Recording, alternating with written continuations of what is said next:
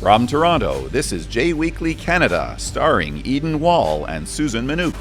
Tonight, comedian Steve Brinder and comedy mogul Mark Breslin. And now, from Studio 18, here is Ieden. Brinder, what the hell are you doing at Canadian Jewish television, man? Well, I like television and I'm Jewish. What are you doing? It's great to see you, It's bud. nice to see you. By day, Steve Brinder is a school teacher who is loved by his students. By night, he is a talented stand-up comedian. Here is Jewish funny man Steve Brinder with Ieden. I saw your set, your famous set at we're going to bring it up in a second. Your famous set at the Improv, evening at the Improv. That was like, what, 1901? 1910, just after the advent of the wheel. Oh my God. It was incredible. Yeah. We're going to, guys, can we put this, yeah.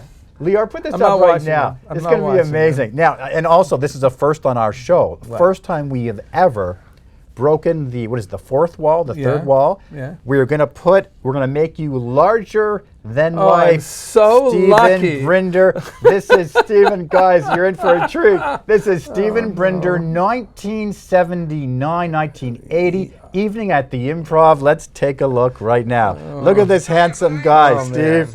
Look at that hair.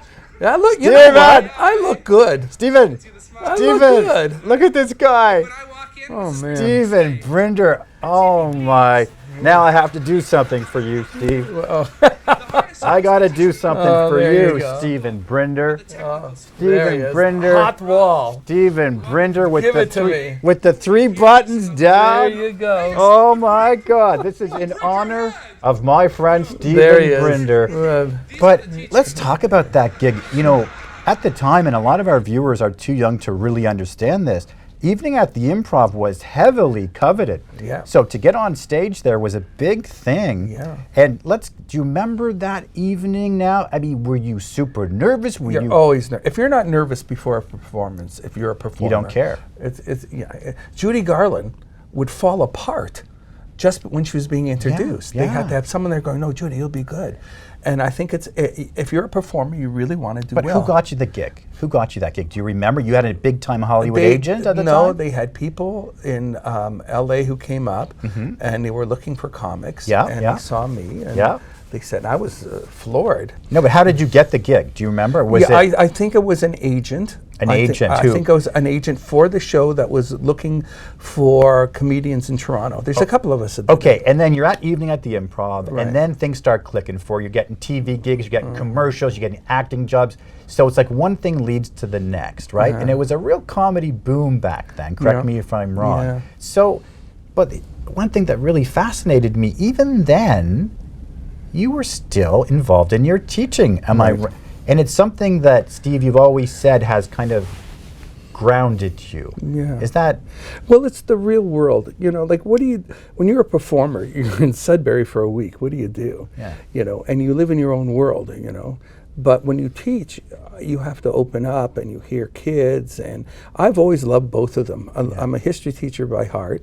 But you weren't thinking to yourself, okay, here I am, big time at the Improv. Things are going, my career's clicking, things are rolling. Finally, you know, I have some real momentum. You didn't want to say, okay, out with the teaching. No, because first of all, you don't perform every day. No, I know, but I like to do the teaching too.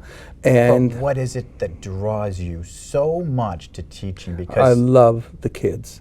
I'd rather work with children than adults. Adults worry about losing their job. I worked in television. I've never met more neurotic people in my life than in television, because you're always afraid if you do something wrong, I'm going to lose my job. Kids, they're fine. They come up to you and they say the oddest things, and and they enrich my life. I had one girl from Pakistan looked at me like, you know, Mr. Brinder, you have nice eyes. But that's it. I just thought, I love this girl. It's so serious. So. From the mouths of babes, oh, right? Yes. Well, you talk about television.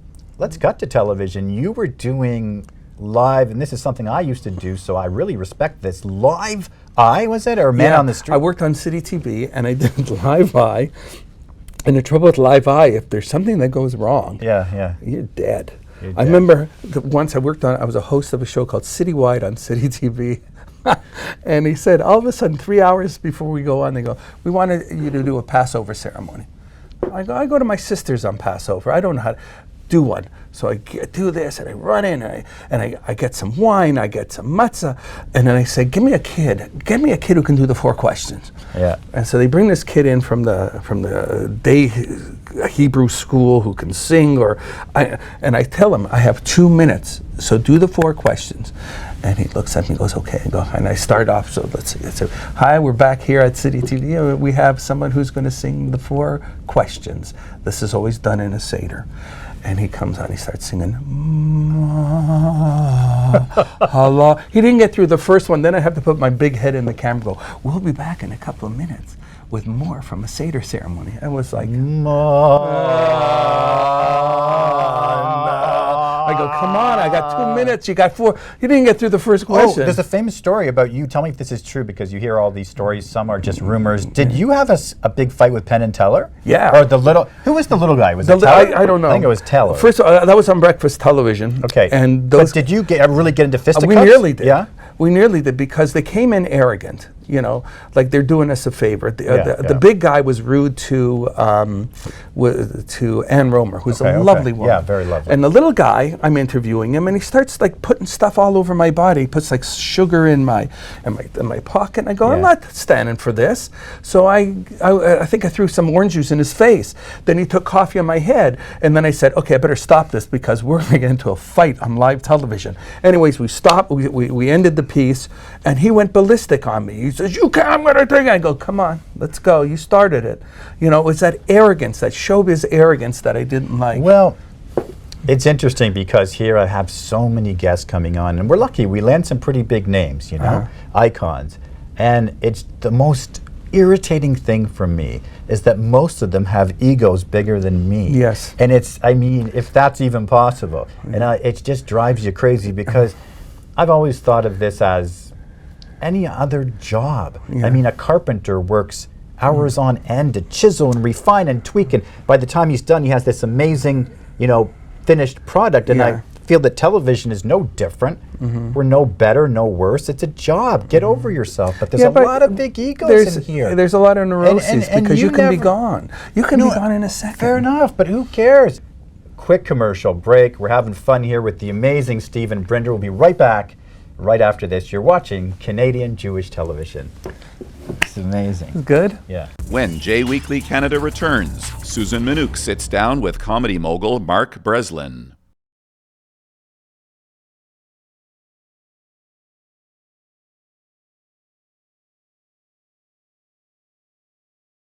Welcome back to JWeeklyCanada. From Studio 18, here is Susan Minuk.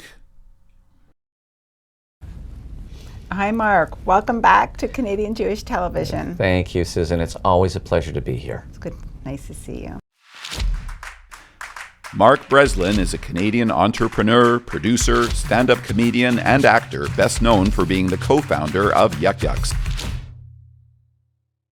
So, Mark, I understand you wrote a screenplay recently about your life. Want to tell me about this project? Well, actually, I've written 2, and they're both based on a book I wrote about 20 years ago called Control Freaked.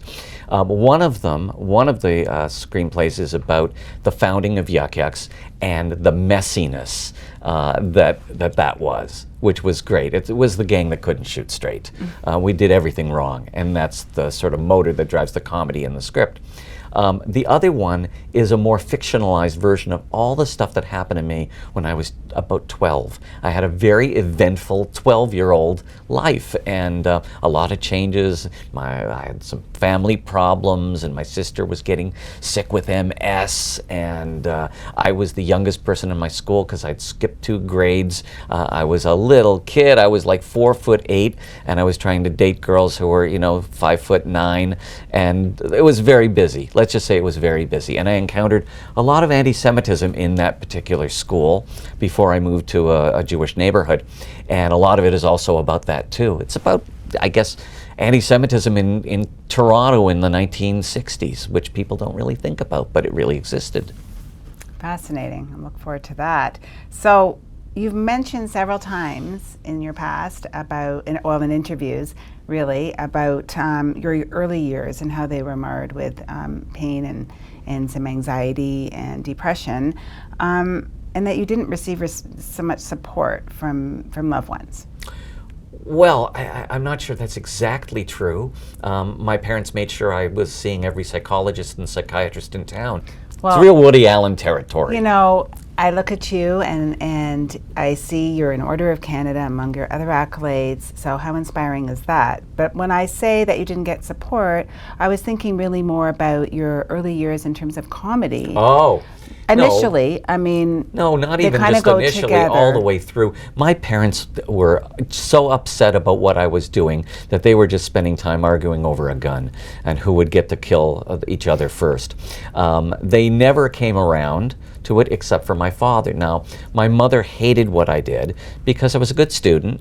No parent wants to see their kid go into show business unless they don't have a choice. I had a choice. I could have been a good lawyer. I could have been a good doctor. I could have been any of those things.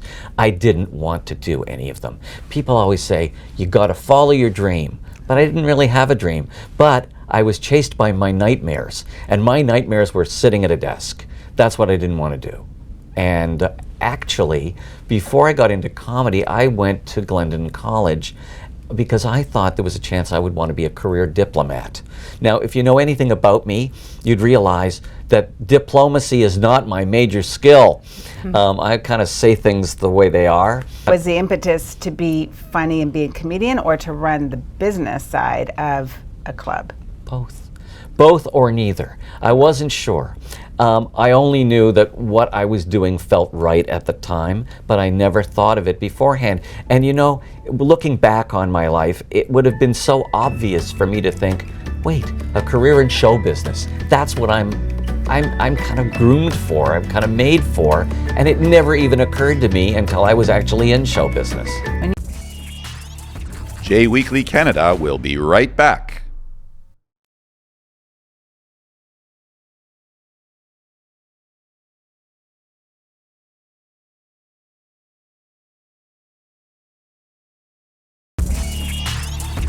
Welcome back to JWeekly Canada. From Studio 18, here is Susan Minuk. Tell me more about your mother and your father. Yeah, my mother was, well, let's go back to my grandfather, Max Shore. Max Shore, who I never met because he died long before I was born. Max Shore was the artistic director of the Strand Theatre, which here in Toronto, which was the old Yiddish theatre. And in those days, Yiddish theatre was an important thing. There was a whole circuit of Yiddish theatres all over North America, and they only started to close after World War II, when nobody wanted to speak Yiddish anymore because it was considered the language of the concentration camps. Everybody wanted to speak Hebrew, and if you went to Hebrew school, which I did for 5 years, we didn't have one word of Yiddish in Hebrew school. It was Hebrew, Hebrew, Hebrew. It was the modern next generation. It was the next leap forward. Right. But my mother, who was a child actress on the Yiddish stage when she was a child, she hated it because she felt it ruined my grandfather, her father. It was a very ephemeral way to make a living, and the last thing she wanted was for me to do this. And then she would say things like, all right, you want to be an actor. I understand that. But a comedian? That's the lowest. Oh, goodness. That's how she talked, by the way. But I'm leaving out the chain smoking and the Scotch mints. She would sit there. I'm sure my mother was anorexic. They didn't have that word then. But looking back, I never saw her eat. I never saw her eat. All I saw her do was watch TV, eat Scotch mints, and crack open poly seeds, sunflower seeds. And was she like overprotective, like a typical Jewish mother, or? Yeah, she was pretty overprotective, I would say. Now, my father, who was a businessman, wasn't crazy about the fact that I chose to do this, hoped that I would get it out of my system. But when he would come down to the club, he would notice, as a businessman, that they paid for the product before they got the product. Right? You'd go to the box office, you'd pay your money. I'm so proud of you. And then you go in, and they can't get their money back. My father loved that. Yeah. As a businessman, he understood that part. Now, when he died, I had that, uncomfortable job of cleaning out his drawers and all his clothes. My father was a natty dresser, so he would have all his shirts dry cleaned or laundered, and they would all be in little bags, right? And they were folded the way that they used to do. Now you get them in hangers, but they used to fold them.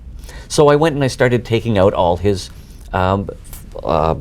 shirts, and in between each shirt there was a news clipping of me and something I had done. Goodness. So that every day when he would change his shirt, That's he a would get to beautiful see story. he would get to see his son and realize, of course, this is my son, what he's done. Then he So would he's put it so probably at the proud. bottom.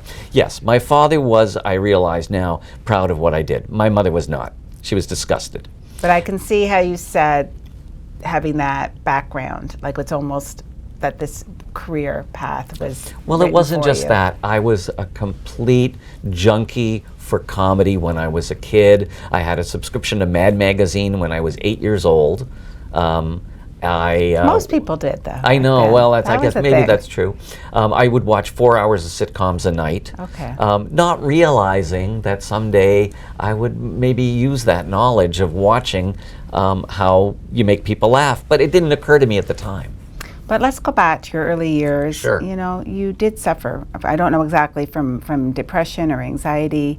They didn't have words for it then. Right. They didn't have diagnoses for it then. You weren't bipolar. You were just unhappy and weird.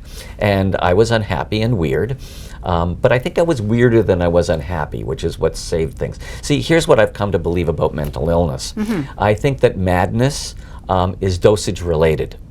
And a little bit of madness is important for people because Right. it gives them their individuality. Right. Too much madness and you can't do anything. You're frozen Okay. as a person. So I had just the right amount, I think. Yeah. So like nowadays, so many people are suffering, and we talk about it. Like it's vocal. It's not like it was back then. So if you were to address some students, say you were invited into a classroom, would you, what suggestions would you have for them? Would you ask them to use comic relief or just to kind of manage their thoughts? I started a school at Humber College, which is the Humber School of Comedy, and I can tell you that I'm very open with these students about the way that mental illness may play a part in their lives and in their careers. And then it turns out they all tell me about their lives, and they're already very aware because they're almost all under some kind of psychiatric care or they're Why? on some kind of drug. Why Because is who this- becomes a comic except somebody who's a little crazy to begin with? Well, thank you. Thank you for being a good sport and for chatting and really for digging deep a little into your past. I think that our viewers need to know the big picture of who you are and how you have gotten to your success, and Well, it's very inspiring. Thank you, Susan. And I also have to say, this is the third time I think I've done this show, and I have to thank my friend Ieden Wall for doing this. I can't believe that there hasn't been a Jewish show on TV until this. It's kind of shocking. Because really don't the is. Jews run the media? You'd think if the Jews run the media, they'd give Thank themselves goodness at least Ieden one Wall. show. Yeah. One lousy show. Is that asking too much? Well, thankfully, Ieden stepped up because I'm enjoying it and get to meet the likes of you, and thanks for being supportive. Well, yes. Yeah, and you're welcome.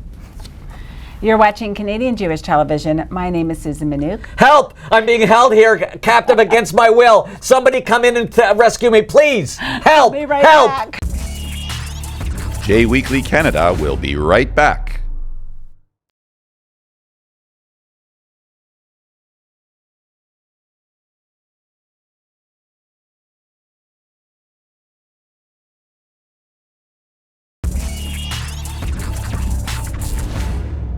Welcome back to JWeeklyCanada. Here is Ieden Wall. So it's very nice to meet you. My name is Ieden Wall, the Art of Conversation, Omni TV. It's a real pleasure to meet you. What's your name? Kevin. Kevin. Kevin, I'm asking people today, if you were God and you had to decide if humanity deserves another 5,000 years, or if you think we've exhausted ourselves, we haven't been responsible, we've abused everything, ourselves, Mother Nature, animals, what would you decide? You got a good point there. How do you think I we're w- doing as a race? We're devolving, man. Devolving? Yeah. We're not evolving, man. we seem to be progressing with technology and everything like that, but as humanity and caring for each other and everything like that. So how well do you think humanity has done? If you were to, and I know this is putting you in an exalted position, which you clearly don't feel comfortable with, and I appreciate that. That's modesty, that's humility, I like it. But let's say for a second, stretch for me, Ahmad. Stretch, stretch, stretch, stretch, stretch, stretch. If you did have to grade humanity on the last, let's say, 1,000 years, how well have we done? 1 to 10, 1 to 10. I think we have done exemplary well the last 1,000 years, gradually. And I mean, there's been wars, there's been conflicts, there's been blaming of the others. They've been finding differences and in numerous ways. But 2,000 years before that, when there were more conflicts, there were more issues, I would grade them as from 1 to 10. I would grade them at 7 or 8.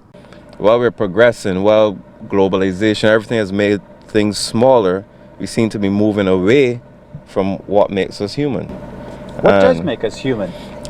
Just having love, compassion, caring, just a human intrinsic values that keep us, to care for your fellow man.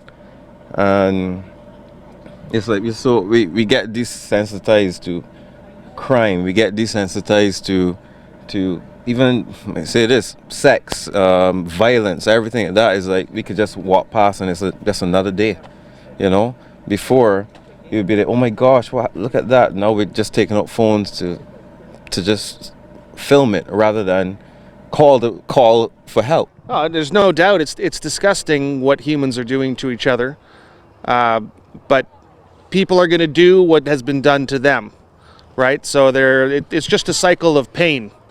And how do we change that cycle? We need to show compassion and love to each other, even if we don't deserve it. How do we turn this thing around as a human race? Learn to listen. We have 2 ears, 1 mouth. Listen twice, talk once, right? Love from here. There's something here, yeah? And just know that we're all human at the end of the day. It's all kids playing all different races, colors together. They don't see color. They don't see differences like that. When does that change? Hate is taught. I said this just today. Hate is taught. That is something taught. And children don't grow with hate in their heart. That's something they learn. So what do you think God wants from us? The purpose is to reach a point of enlightenment. Describe that level of enlightenment that we're all trying to reach. How would you describe that? I would describe that as a realization of our connection between everyone and the need that we have for each other and the love that we all can share. Do you really think humanity has earned the right for another 5,000 years? There's always time to change. JWeeklyCanada will be right back.